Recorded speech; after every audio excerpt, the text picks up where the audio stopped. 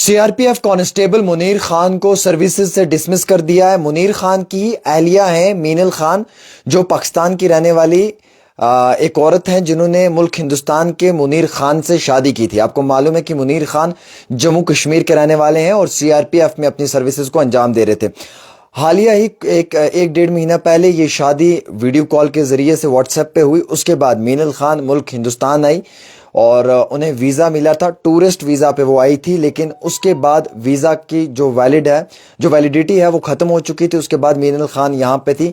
और साथ ही साथ ये भी बताया जा रहा है कि जो सीआरपीएफ के नौजवान हैं मुनीर अहमद, इन्होंने जब इनसे शादी की थी तो जो परमिशन मांगी थी वो परमिशन सर्विस जो उनकी है या जो उनका महकमा है उसकी जानिब से नहीं दी गई थी और बिना परमिशन के शादी हुई थी, जिसकी वजह से हम ये कह सकते हैं कि नेशनल सिक्योरिटी जो है उसका जो प्रोटोकॉल है उसे ब्रीच किया गया। अब हमारे पास जो इत्तला है वो मैं आपको पढ़कर सुनाना चाहूँगा कि एक बड़ा मामला पेश आया है।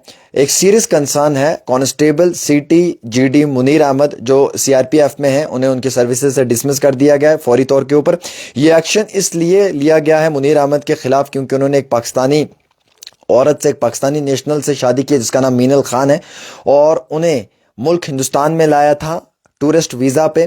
जब वीज़ा की वैलिडिटी ख़त्म होगी उसके बाद मैंडेटरी था कि अप्रूवल लेना चाहिए था उन्हें उनके डिपार्टमेंट से कि उनकी वाइफ जो है वो फ़िलहाल जम्मू कश्मीर में ही है, लेकिन उन्होंने अप्रूवल जो है वो अपने डिपार्टमेंट से मैंडेटरी तौर पे नहीं लिया, लाइटली लिया, जो कि एक सीरियस मेजर ब्रीच है नेशनल सिक्योरिटी का।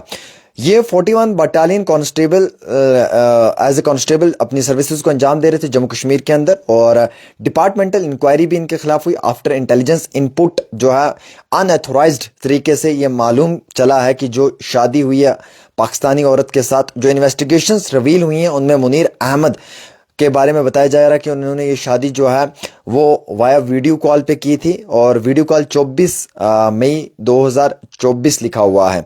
Before his request for formal permission to marry a foreign national could be processed, sources said. और उसके साथ साथ अकॉर्डिंग टू द ऑफिशियल्स हमें ये जानकारी आई है, कुछ जो हमारे ज़राए हमें बता रहे हैं, कुछ ऑफिशियल से आई है कि इस मामले में इन्होंने जो है वो सर्विस कंडक्ट जो रेगुलेशन रूल है उसका गलत इस्तेमाल किया और साथ ही साथ नेशनल सिक्योरिटी को रिस्क पे डाला, जिसकी वजह से जो है वो under rule 21/3 of the central service civil services conduct rule 1964 government employees को जो है वो पहले परमिशन लेनी है किसी भी जो बाहर मुल्क की औरत है या नेशनल है उससे शादी करने के लिए, जो कि इन्होंने परमिशन नहीं ली थी। इन्होंने परमिशन डाली थी लेकिन इन्हें परमिशन नहीं मिली थी। विदाउट परमिशन इन्होंने शादी पहले ही कर ली थी। इस मामले में इंटरनल इंक्वायरी भी हुई। इंटरनल इंक्वायरी में ये पाया गया कि कांस्टेबल अनऑथोराइज्ड तरीके से जो है वो ये शादी कर रहा है और जो इनकी अहलिया हैं उन्हें मुल्क हिंदुस्तान में वाघा बॉर्डर से लेकर आया है टूरिस्ट वीज़ा पे, जिसकी वैलिडिटी 22 मार्च 2025 तक थी।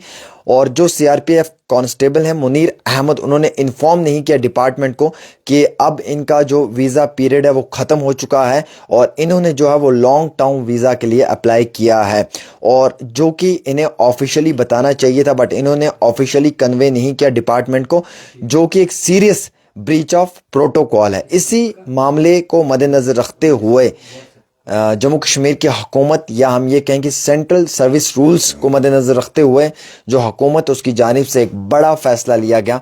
मुनीर अहमद ख़ान को उनकी सर्विसेज से फौरी तौर पे जो है वो डिसमिस कर दिया गया है और मुनीर अहमद ख़ान की जो अहलिया हैं इनका नाम मीनल खान है। हालांकि मीनल खान को वाघा बॉर्डर पे भेज दिया गया था ताकि उन्हें वहाँ से मुल्क पाकिस्तान डिपोर्ट किया जाए, लेकिन जब जम्मू कश्मीर हाई कोर्ट ने इस मामले में इंटरवीन किया तो 10 दिन की उन्हें मोहलत दी गई है। लेकिन इसी बीचों बीच ये भी खबर आई है कि मुनीर अहमद खान ने जो है वो सीरियस जो नेशनल सिक्योरिटी है उसको लेकर जो है वो प्रोटोकॉल को ब्रीच किया है। जो रूल्स हैं, जो रेगुलेशंस हैं उनको फॉलो नहीं किया है, जिसके कारण जो हमारी नेशनल सिक्योरिटी है वो रिस्क पे है।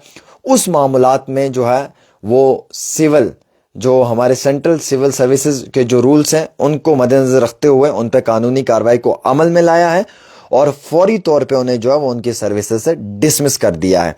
हालांकि इनकी जो अहलिया हैं उनका जो वीज़ा था वो 22 मार्च 2025 तक था। वीज़ा ख़त्म हो चुका था, लॉन्ग टर्म वीज़ा के लिए अप्लाई किया था, लेकिन डिपार्टमेंट को ये इन्फॉर्मेशन देना इंतहाई ज़रूरी था। इन्होंने डिपार्टमेंट को इन्फॉर्मेशन पूरी नहीं दी और ना ही ज़रूरी समझा। अलबत्ता जब इन्होंने मीनल खान से शादी की है उस समय इन्होंने जो है वो अप्लाई तो ज़रूर किया डिपार्टमेंट के पास परमिशन के लिए, लेकिन अभी डिपार्टमेंट ने परमिशन नहीं दी थी। उससे पहले इन्होंने वीडियो कॉल पे जो है वो मीनल के साथ शादी कर ली थी, जो कि एक सीरियस मेजर इशू है सिक्योरिटी के लिए, नेशनल सिक्योरिटी के लिए। और जो प्रोटोकॉल होता है नेशनल सिक्योरिटी का वो इन्होंने ब्रीच किया है, उसका उल्लंघन किया है।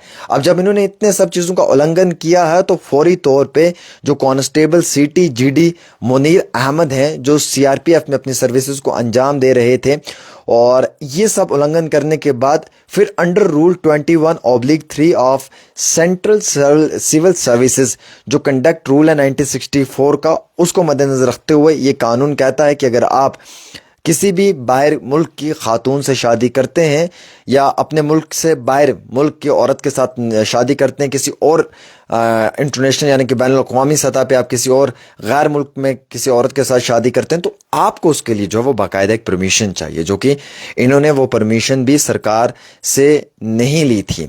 अलबत्ता परमिशन के लिए इन्होंने अप्लाई तो किया था, लेकिन परमिशन अभी मिली नहीं थी, उससे पहले ही इन्होंने जो है वो शादी कर ली थी।